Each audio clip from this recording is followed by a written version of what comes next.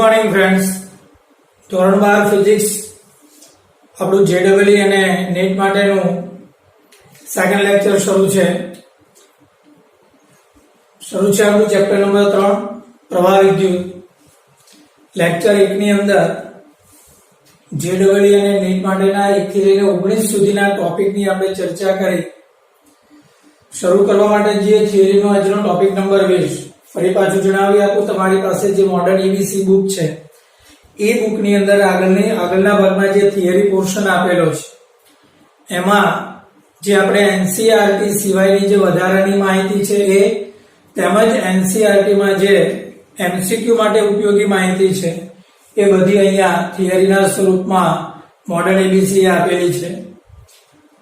20 નંબરનો ટોપિક મિત્રો એવું કહે છે કે ઓહમના નિયમનું પાલન જે પરિપથમાં થાય છે, જે ઘટકમાં થાય છે તે વાહકો માટે સિગ્મા એ અચળ છે. એટલે કે સિગ્માનું જે મૂલ્ય છે મિત્રો એ અચળ છે. પણ મિત્રો એના માટે એવું કહેવાય છે કે અહીં ઈ નું મૂલ્ય નાનું છે. આ જે અચળ છે ને સિગ્મા અચળ, એનો મતલબ કે સિગ્મા એ ઈ પર આધાર રાખતું નથી. ઈ એટલે વિદ્યુત ક્ષેત્ર. વિદ્યુત ક્ષેત્રથી સિગ્માનું મૂલ્ય અચળ છે. ક્યારે? તો કે જ્યારે ઈ નું મૂલ્ય નાનું હોય ત્યારે. સ્પેશિયલી આપણે ઓહમના નિયમની ચર્ચા થાય છે મિત્રો. ઓહમનો નિયમ V = IR. આપણે ઓહમના નિયમનું ગાણિતિક સ્વરૂપ V = IR છે. તો આ નિયમ અનુસાર તાર જે છે આપણી પાસે એ તાર માટે સિગ્માનું જે મૂલ્ય છે, ઓકે, એ સિગ્માનું મૂલ્ય એ ઈ થી સ્વતંત્ર. અહીંયા બે કિસ્સા છે.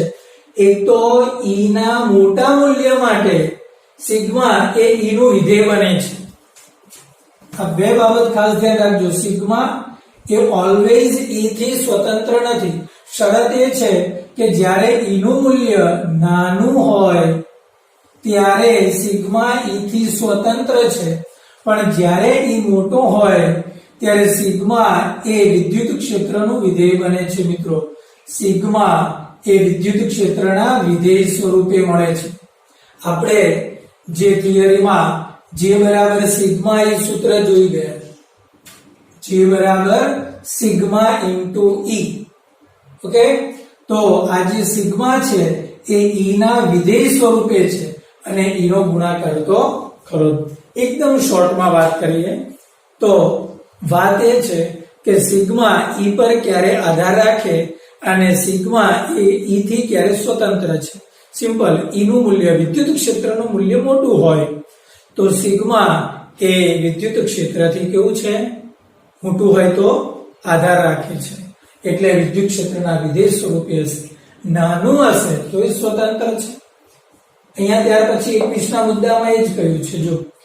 જો વિદ્યુત ક્ષેત્રનું મૂલ્ય 10⁸ વોલ્ટ પર મીટર જેટલું પ્રબળ થાય તો ઓહમનો નિયમ પડાતો નથી. મતલબ કે વિદ્યુત ક્ષેત્રના મૂલ્ય પર આધાર રાખ્યું. મિત્રો જ્યારે સિગ્મા એ ઈ પર આધાર રાખે ત્યારે સમજી લેવાનું કે આ ઓહમનો નિયમ પડાવવાનો નથી. અચ્છા, તો બહુ સિમ્પલ થયું કે ઈ ના નાના મૂલ્ય માટે ઓહમનો નિયમ પડાય છે, ઈ ના મોટા મૂલ્ય માટે ઓહમનો નિયમ પડાતો નથી. આવી વાત સમજમાં. આ 20 અને 21 આ બંને મુદ્દા એકબીજા સાથે કમ્બાઈન્ડ છે.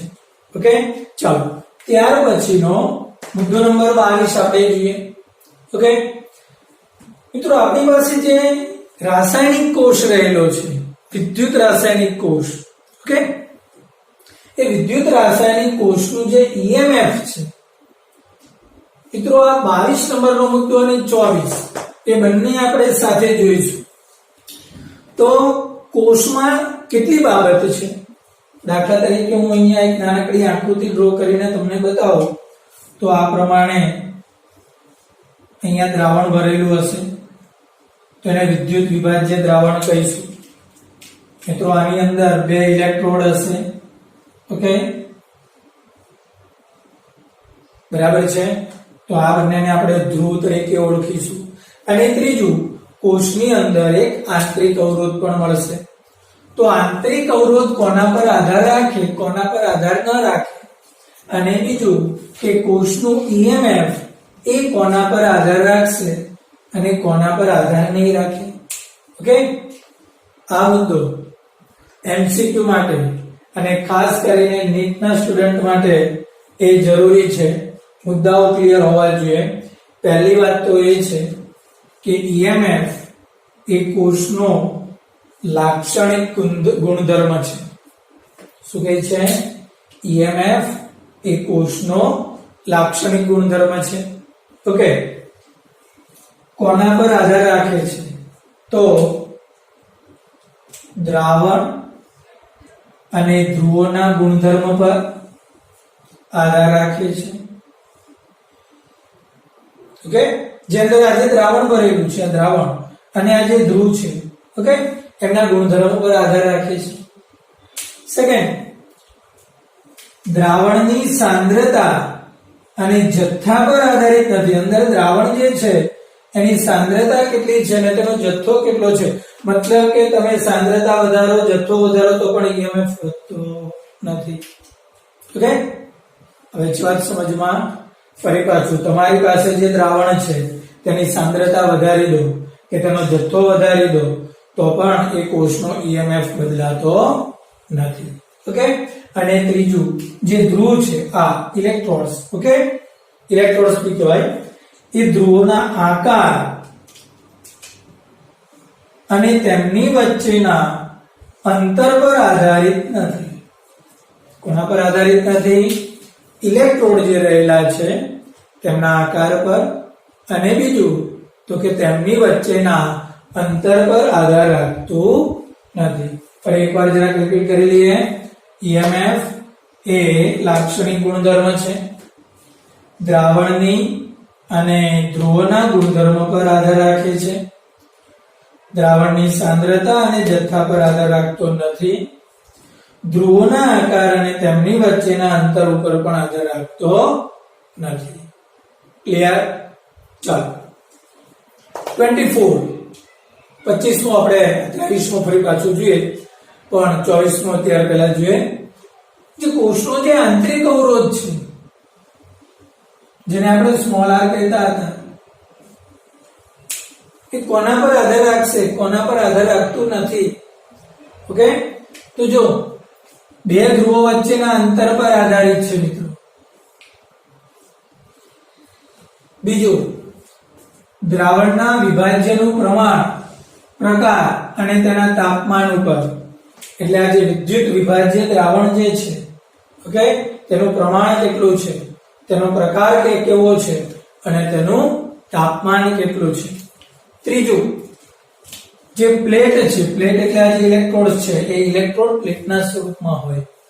એ પ્લેટની સાઈઝ અને દ્રાવણના સ્તંભના આડછેદનું ક્ષેત્રફળ.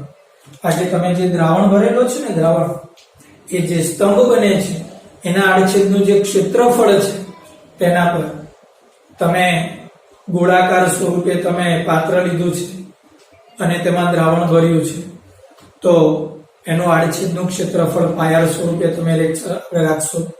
ધારો કે તમે કોઈ બોક્સ લો છો, ચોરસ સમઘન પેટી, એમાં દ્રાવણ ભરેલું છે, તો તેનું આડછેદ એ લંબાઈ ગુણ્યા પહોળાઈ થશે, તો તેના ક્ષેત્રફળ ઉપર આધાર રાખે છે. ઓકે, ત્રીજું તો કે દ્રાવણની સાંદ્રતા પર આધારિત છે. કેટલી બાબત પર આધાર રાખશે? બે ધ્રુવો વચ્ચેના અંતર પર, બીજું વિદ્યુત વિભાજ્ય દ્રાવણના પ્રમાણ પર, પ્રકાર પર અને તાપમાન પર, ત્રીજું પ્લેટની સાઈઝ અને દ્રાવણના સ્તંભના આડછેદના ક્ષેત્રફળ પર, અને ચોથું દ્રાવણની સાંદ્રતા પર તેનો આધાર રહેલો છે. ઓકે, ચાલો 23મો મુદ્દો, કિર્ચોફનો જે પ્રથમ નિયમ છે મિત્રો, આ કિર્ચોફનો પ્રથમ નિયમ એ વિદ્યુત ભારના સંરક્ષણના નિયમને રજૂ કરે છે. તો કિર્ચોફનો બીજો નિયમ એ ઉર્જા સંરક્ષણના નિયમને સૂચવે છે. ફરી પાછું એમસીક્યુ માં ઘણીવાર પૂછાય છે કે પ્રથમ નિયમ, આપણે પ્રથમ નિયમમાં શું જોયું તો કે દાખલ થતો વિદ્યુત પ્રવાહ બરાબર બહાર નીકળતો વિદ્યુત પ્રવાહ, તો I બરાબર Q/T થાય. T તો સરખો જ હોય, તો વિદ્યુત ભારનું સંરક્ષણ થયું કે નહીં? તો વિદ્યુત પ્રવાહનો કિર્ચોફનો પ્રથમ નિયમ એ વિદ્યુત ભારના સંરક્ષણને રજૂ કરે છે. ઓકે, બીજો નિયમ જે છે એ ઉર્જા સંરક્ષણ છે કે બધું જ જે EMF છે સરવાળો કરો તો IR જેટલો થાય છે. એટલે ઇનપુટ ઉર્જા અને આઉટપુટ ઉર્જા એક ચક્ર પૂરું કરો તો ઉર્જા નથી વધતી કે નથી ઘટતી. ઉર્જા સંરક્ષણનો નિયમ આપે છે. ઓકે, ચાલો 24 મુદ્દા આપણા ક્લિયર થયા. મુદ્દો નંબર આપણે 25 પર આવીએ. મિત્રો હવે પોટેન્શિયોમીટરની વાત કરીએ છીએ. જે આપણે પોટેન્શિયોમીટરનો તાર લીધો મિત્રો, હવે એ તારની લંબાઈ જેટલી વધારે હોય તેટલું વિદ્યુત સ્થિતિમાન પ્રચલન નાનું હોય.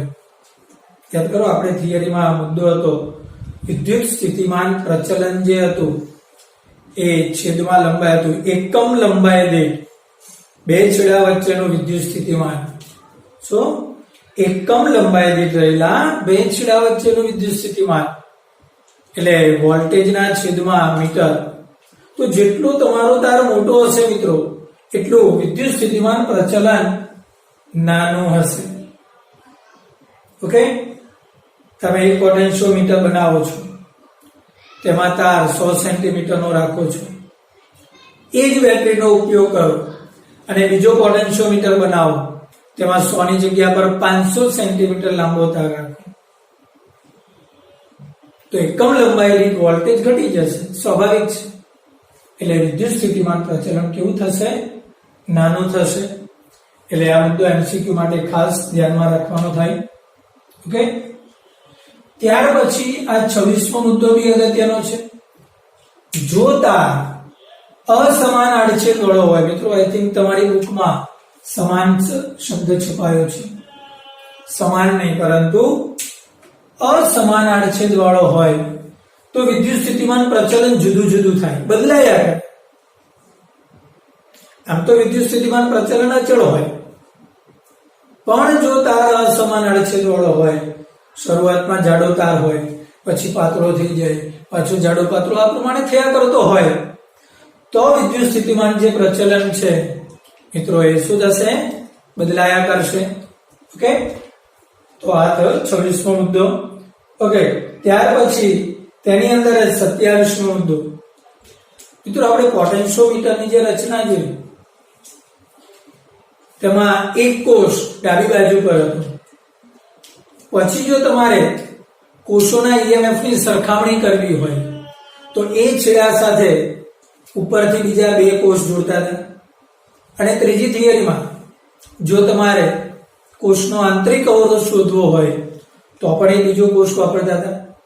તો મતલબ કે બે કોષ વાપરવાની જરૂરિયાત પડે. એમાં જે ડાબી બાજુ જે કોષ છે એ મિત્રો પોટેન્શિયોમીટરનો મુખ્ય કોષ કહેવાય. અને દરેક વખતે આ કોષનું EMF હંમેશા મોટું જ હોવું જોઈએ. મુખ્ય કોષનો EMF એ વધારે જ હોવો જોઈએ. હવે વાત સમજમાં, તમારે કોષોના EMF માપવા છે તો 3 કોષ થશે, 2 કોષ ઉપર અને 1 કોષ ડાબી બાજુ. તો બંને કોષના EMF કરતા ડાબી બાજુનો જે કોષ છે તેનો EMF મોટો જ હોવો જોઈએ, નાનો નહીં ચાલે. જો તમારે કોષનો આંતરિક અવરોધ શોધવો છે તો ઉપર રહેલો એક કોષ અને ડાબી બાજુનો મુખ્ય કોષ, તો આ મુખ્ય કોષ ઉપરના પહેલા કરતા પણ મોટા EMF વાળો જોઈએ. ટૂંકમાં મુખ્ય કોષનું EMF કેવું હોવું જોઈએ? વધારે હોવું જોઈએ. ઓકે, ચાલો ત્યાર પછી 28 પોટેન્શિયોમીટર. મિત્રો યાદ કરો, થિયરીનો પહેલો મુદ્દો. આપણે કઈક એવો મુદ્દો અંદર ભણતા હતા કે સતત બદલી શકાય અને સાથે સાથે માપી શકાય તેવું ઈએમએફ મળે છે। મિત્રો આપણી પાસે V is equal to E minus IR સૂત્ર છે। હવે આપણું જે વોલ્ટમીટર છે એ વોલ્ટમીટર એ હંમેશા વોલ્ટેજ માપે।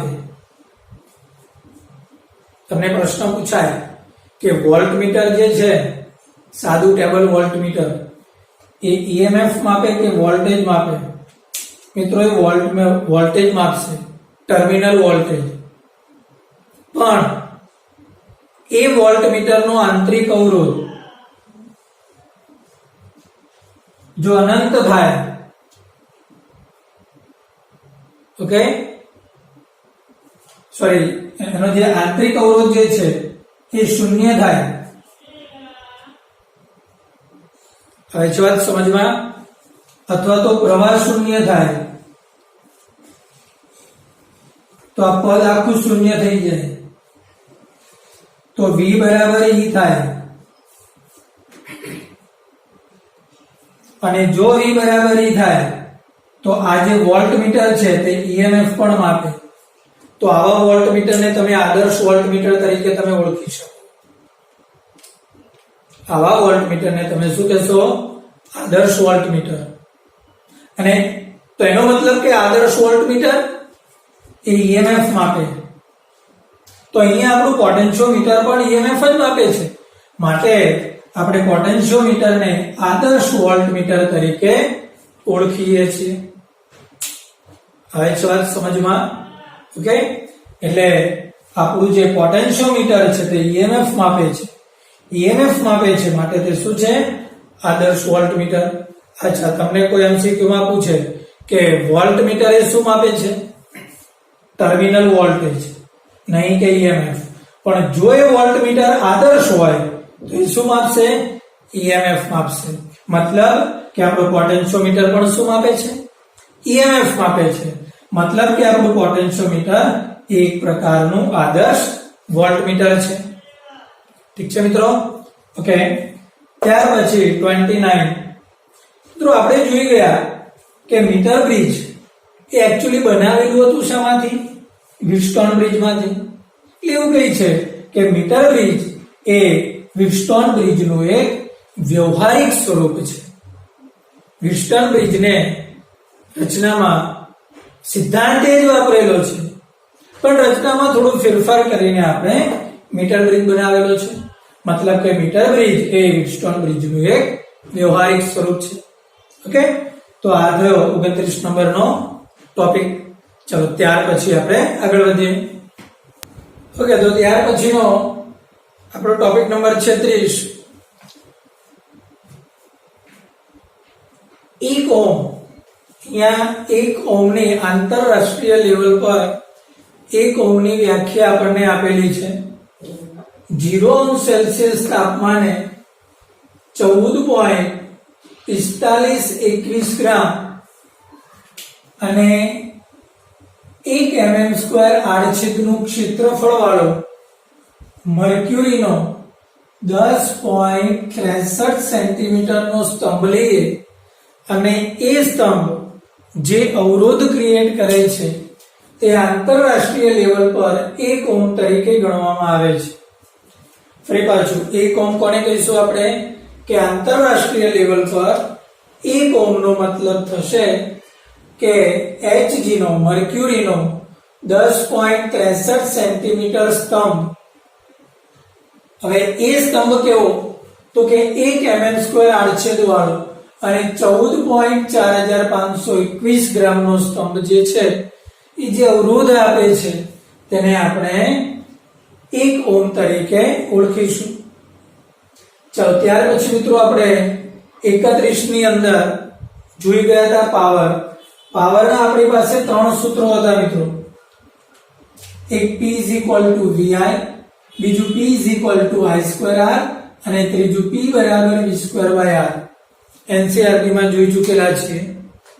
ઓકે, આ જે પાવર છે એ પાવરનો એક મોટો એકમ હોર્સ પાવર છે આમ તો જનરલી પાવરનો એકમ વોટ પણ છે.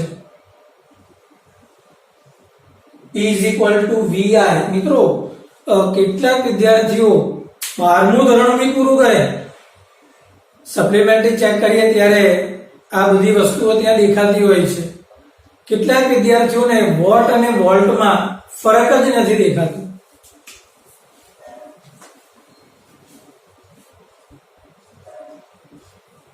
વોટ અને વોલ્ટ, મિત્રો વોલ્ટ એ વોલ્ટેજનો એકમ છે, વિદ્યુત સ્થિતિમાન અથવા તો EMF. અને આ જે વોટ છે, ઓકે, જેને આપણે W તરીકે ઓળખીશું, મિત્રો આ વિદ્યુત સ્થિતિમાનનો એકમ છે અને મિત્રો આ પાવરનો એકમ છે. ઘણો બધો ફરક છે. ક્લિયર? તો મિત્રો 1 હોર્સ પાવર બરાબર બ્રિટિશ એકમ પદ્ધતિમાં પાવરનો એકમ હોર્સ પાવર છે. H એટલે હોર્સ, P એટલે power, horse power. 1 horse power બરાબર 746 વોટ થશે. ક્લિયર? ચાલો, ત્યાર પછી મિત્રો આ બે મુદ્દા ખૂબ જ અગત્યના છે. શું કહે છે કે મારી પાસે બે ઇન્સ્ટ્રુમેન્ટ છે. એક ઇન્સ્ટ્રુમેન્ટનો પાવર P1 છે, બીજા ઇન્સ્ટ્રુમેન્ટનો પાવર P2 છે. એ જે પાવર ખેંચે છે, વ્યય થતો પાવર પણ તમે ગણી શકો છો. ઓકે, તો બંને ઇન્સ્ટ્રુમેન્ટને જો શ્રેણીમાં જોડવામાં આવે, ચાલો હું તમને એક વ્યવહારિક ઉદાહરણ જ આપી દઉં કે મારી પાસે એક લેમ્પ છે. એ લેમ્પનો પાવર P1 છે, બીજો લેમ્પ છે, એ લેમ્પનો પાવર P2 છે. જો બંને લેમ્પને હું શ્રેણીમાં જોડી દઉં મિત્રો, ઓકે, તો જો તમે તેને શ્રેણીમાં જોડશો તો તેના પાવરનું સૂત્ર શું આવશે? 1/PS = 1/P1 + 1/P2. આવા n જોડાણ જો શ્રેણીમાં જોડવામાં આવે તો પાવરનું સૂત્ર 1/PS = 1/P1 + 1/P2 up to 1/Pn. શ્રેણીમાં જોડાય તો પેલું જે અવરોધનું સૂત્ર છે તેના કરતા જુદું છે. ઓકે, ચાલો, આવી જ રીતે આવા ઘટકોને જો તમે સમાંતરમાં જોડો, મિત્રો આ શ્રેણી જોડાણ માટે છે, જો તમે સમાંતરમાં જોડો તો પાવરનું સૂત્ર P of P બરાબર P1 + P2 up to Pn, એટલે કે બધા પાવરનો સરવાળો થશે. ફરી પાછું, ઉપકરણોને ધારી લો કે 10 ઉપકરણો જેના power P1 P2 up to P10 છે. તમે આ ઉપકરણોને શ્રેણીમાં જોડો તો આ સૂત્ર લાગશે 1/PS બરાબર 1/P1 + 1/P2 up to 1/Pn. પણ જો તમે તેને સમાંતરમાં જોડો છો તો P of P બરાબર P1 + P2 up to Pn સૂત્ર લાગશે. ક્લિયર મિત્રો? ઓકે, ચાલો, ત્યાર પછી 32મો ટોપિક છે વિદ્યુત ઉર્જા. મિત્રો આ વિદ્યુત ઉર્જાનું સૂત્ર લાગશે, આને આપણે E કહીએ. EMF તો નથી પણ વિદ્યુત ઉર્જા. ઓકે, તો E બરાબર PT, P એટલે પાવર અને T એટલે સમય. અચ્છા, T બરાબર VI પણ લાગે આ સૂત્ર, તો આ VIT થઈ જશે. તો વિદ્યુત ઉર્જાનું સૂત્ર PT અથવા તો VIT જરૂર પડે ત્યાં આપણે વાપરીશું. એકમ બનાવીએ મિત્રો. ઉર્જાનો એકમ જૂલ એટલે 1 જૂલ. આ પાવર 1 વોટ અને સમય 1 સેકન્ડ. ઓકે, તો 1 વોટ પાવર ના દરે 1 સેકન્ડ સુધી જો ઉર્જા વપરાય તો એ ઉર્જા 1 જૂલ હોય. હવે છે વાત સમજમાં? મતલબ કે 1 જૂલ બરાબર 1 વોટ * સેકન્ડ. આ સંબંધ તમારું ક્લિયર હોવો જોઈએ. 1 વોટના દરે 1 સેકન્ડ સુધી વપરાતી ઉર્જા એટલે 1 જૂલ.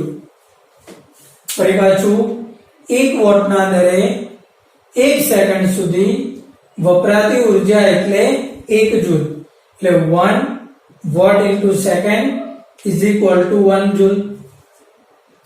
અચ્છા મિત્રો, આ વોટની આગળ કિલો લગાવો તો એનો મતલબ કે અહીંયા અમારે 3 મીંડા મૂકવા પડે. અચ્છા, સેકન્ડની જગ્યા પર 3600 સેકન્ડ કરું તો 1 કલાક થાય. તો મિત્રો આ બાજુ શું લાગે? 3600 ગુણ્યા 1000, મતલબ કે 3.6 ગુણ્યા 10⁶. સાબિત કરી બતાવજો. અહીંયા કિલો લગાવ્યું એટલે અહીંયા મારે કેટલા ગુણવા પડે? 1000.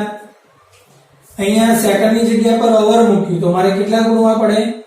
3600. તો જો 1 2 3 અને આ 3 6 એટલે 10⁶ થઈ ગઈ અને આ 3.6 એટલે મિત્રો 3.6 ગુણ્યા 10⁶ જૂલ થાય. આ કિલો વોટ અવર, જેને આપણે યુનિટ કહીએ.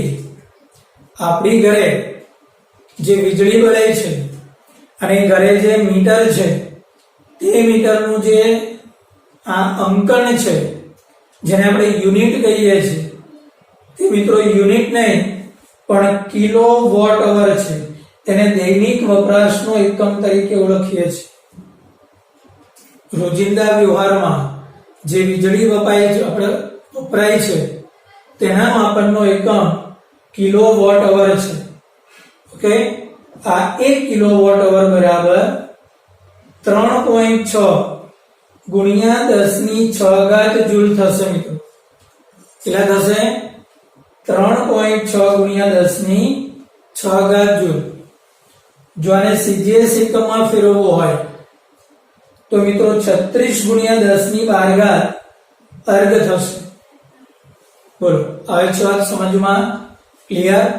તો આ થયા અગત્યના જેટલા બી આપણા થિયરીના ટોપિક હતા એ. હવે મિત્રો તમારી મોડર્ન એબીસી ની અંદર ત્યાર પછી એક નવો અધ્યાય આપેલો છે, ધ્યાનમાં લો. ધ્યાનમાં લો એટલે એકદમ શોર્ટમાં બધા સૂત્રો આપેલા છે. ઓકે, 1 થી 22 સુધીના સૂત્ર તમે જાણો છો અને વારંવાર આપણે આની અંદર બી આપણે જોઈ ગયા, એનસીઈઆરટી માં પણ જોઈ ગયા, એટલે હવે વધારે પડતું રિપીટ નથી કરતા. 23મો ખાસ જાણવા જેવો મુદ્દો, સરખા અવરોધ. ધારો કે મારી પાસે સ્મોલ n જેટલા સરખા અવરોધો છે. ઓકે, કેટલા? સ્મોલ n જેટલા. તો આ અવરોધો મહત્તમ કેટલી રીતે જોડી શકાય? દાખલા તરીકે મારી પાસે 3 અવરોધ છે તો આ 3 અવરોધને તમે મહત્તમ કેટલી રીતે જોડી શકો? તો કે તમે શું કરી શકો? 3 ને શ્રેણીમાં જોડો, 3 ને સમાંતરમાં જોડો, 2 શ્રેણી 1 સમાંતર, 2 સમાંતર 1 શ્રેણી, આવું જુદું જુદું શક્ય હોય તેટલું જોડાણ જોડતા જાઓ તો તેની સંખ્યા કેટલી મળશે મિત્રો? 2n - 1. મતલબ કે n બરાબર 3 લેવાના એટલે 2⁵ માઈનસ 1 એટલે 2⁵ એટલે કે 4. 3 અવરોધોને જુદી જુદી 4 રીતે જોડી શકાય જો મિત્રો સરખા હોય તો. બરાબર? ઓકે, પણ જો મિત્રો જુદા જુદા હોય તો તેના જોડાણની રીત કેટલી? સિમ્પલ, 2:3. આ 2:n સૂત્ર લાગશે એટલે 2 × 4 = 8. 8 રીતે જોડી શકો છો. 3 અવરોધ છે મારી પાસે, R1 R2 અને R3. આ 3 જુદા જુદા, 3 શ્રેણીમાં જોડો, 3 સમાંતરમાં જોડો, આ રીતે જોડતા જાઓ તો આવા 8 જોડાણ થશે. પણ જો 3 સરખા હોય, R R R, તો તેના જોડાણની સંખ્યા 4 મળશે. એટલે આ બે સૂત્ર યાદ રાખજો, 2n - 1 અને બીજું 2n. જો સરખા અવરોધો હોય તો જોડાણની સંખ્યા 2n - 1 અને જો જુદા જુદા અવરોધો હોય તો જોડાણની સંખ્યા 2n. બોલો, હવે છે વાત સમજમાં? ઓકે, ત્યાર પછી 24મો, ધારો કે મારી પાસે E જેટલું EMF વાળા n કોષ છે, એક કોષનું EMF E જેટલું, આવા કેપિટલ N કોષ, તેમાંથી સ્મોલ n જેટલા કોષો ખોટી રીતે જોડાઈ ગયા, તો મને પરિણામી EMF કેટલું મળે? અચ્છા, જો બધા જ કોષ સાચી રીતે જોડાણા હોય તો પરિણામી EMF એની મળે. 5 કોષમાં હું જોડું છું તો EMF 5 મળે. હવે છે વાત સમજમાં? ઓકે, આમાંથી એક કોષ ઊંધો જોડાઈ ગયો એટલે પ્લસની જગ્યાએ માઇનસ અને માઇનસની જગ્યાએ પ્લસ 1, તો મિત્રો મારે એને 2 વાર બાદ કરવો પડે. 1 ગુણ્યા 2 એટલે 2.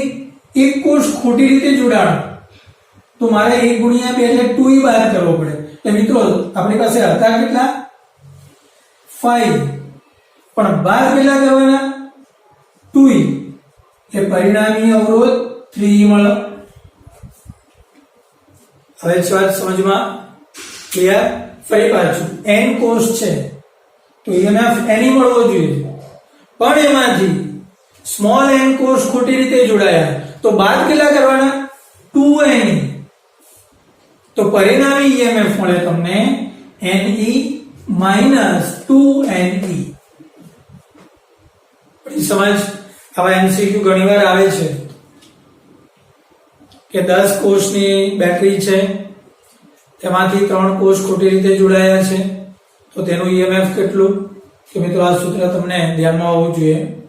ચાલો, ત્યાર પછી કોઈ પણ વિદ્યુત રાસાયણિક કોષ છે તેની ક્ષમતાનું સૂત્ર ઈટા બરાબર તે કોષ સાથે જોડાયેલો અવરોધ R છેદમાં R પ્લસ કોષનો આંતરિક અવરોધ, એટલે કેપિટલ R ના છેદમાં R પ્લસ R. જો મિત્રો તમારે પર્સન્ટેજમાં જોઈતું હોય તો આને ગુણ્યા 100% તરીકે તમે લઈ શકો. આ થશે વિદ્યુત કોષની ક્ષમતા. Eta is equal to capital R upon capital R plus small r गुणिया 100%. बोलो આવે છે વાત સમજમાં? ક્લિયર? ઓકે, ત્યાર પછી 27 અને 28 કોઈ તાર છે તો તારના અવરોધનું સૂત્ર આપણી પાસે કંઈક આવું છે કે R બરાબર ρl/a. આ તો છે જ, પણ તમારે જો સિગ્માના ફોર્મેટમાં સૂત્ર જોઈતું હોય તો તમને બે રીતે મળે. સિગ્મા ને L ના ફોર્મમાં જોઈતું હોય તો rho સિગ્મા L²/m, m એટલે તારનું દળ. ઓકે, અને જો તમારે સિગ્મા ને A ના ફોર્મમાં જોઈતું હોય તો rho m સિગ્મા * a². એટલે આ સૂત્ર તો છે, પણ કોઈક વાર એવો MCQ પણ બને કે ત્યાં તમારે અલગ ફોર્મ જોઈતું હોય તો આ બે સૂત્ર તમે ધ્યાનમાં રાખી શકશો. rho સિગ્મા L²/m અને rho m સિગ્મા * a². ચલો મિત્રો, ત્યાર પછી 29 છે. જો તમને બે અવરોધ આપેલા હોય અને તેનો શ્રેણી અને સમાંતર જોડાણનો અવરોધ આપેલો હોય અને તમને એમ કહે કે અવરોધનું સૂત્ર મેળવો, અવરોધ મેળવો. આ બે અવરોધ છે પણ આના મૂલ્ય નથી આપ્યા અને આ શ્રેણી જોડાણનું સૂત્ર, શ્રેણી જોડાણ આપેલો છે, સમાંતર જોડાણ આપેલો છે. શ્રેણી જોડાણ RS છે, સમાંતર જોડાણ RP છે. તો એ બે અવરોધ કયા? તો આ સૂત્રની અંદર કિંમત મૂકવાથી તમને મળી જશે 1/2 શ્રેણી અવરોધ એટલે કે RS plus √ RS² - 4 RS * RP. આ એક અવરોધ R1 મળે. બીજો r2 જોઈતો હોય તો પણ બેઠું જ સૂત્ર, પણ અહીંયા પ્લસ ની જગ્યા પર માઈનસ કરવાનું. હવે છે વાત સમજમાં? ઓકે, એટલે પ્લસ ની જગ્યા પર જો તમે માઈનસ કરશો તો બીજો અવરોધ તમને મળી જશે. શ્રેણી અને સમાંતર જોડાણ પરથી ઓરિજિનલ અવરોધનું મૂલ્ય મળી જશે. ઠીક છે મિત્રો? ત્યાર પછી 30. ધારો કે આવી રીતે કોઈ ષટકોણ બનાવવામાં આવે, ઓકે, n બાજુ વાળો ષટકોણ લેવામાં આવે અને દરેક બાજુનો અવરોધ એ r હોય. આવી n બાજુ હોય, આમાં 1 2 3 4 5 6 7 8 9 છે, ક્યાં xyz. આવી n બાજુ હોય અને તેમાં આ પાસેના ખૂણાનો આ બે બિંદુઓ વચ્ચેનો અસરકારક અવરોધ જો મારે જોઈતો હોય તો એનું સૂત્ર આવશે n-1. n બાજુ છે, 7 બાજુ હોય તો 7, 6 બાજુ હોય તો 6, ષટકોણ હોય તો 6 લઈ લો. તો n-1 into capital R upon n square થશે. હવે વાત સમજમાં? ઓકે, ષટકોણ n બાજુ વાળો બહુકોણ હોય, દરેક બાજુનો અવરોધ કેપિટલ R હોય, તો બે ખૂણા વચ્ચેના જે પાસેના બે બિંદુ છે તેની વચ્ચેનો ઇક્વિવેલેન્ટ અવરોધ n-1 into R upon શું થશે? n square. ઠીક છે મિત્રો? ઓકે, તો આજના લેક્ચર પૂરતું આટલું રાખીએ. નેક્સ્ટ લેક્ચર માટે ફરી પાછા મળીશું.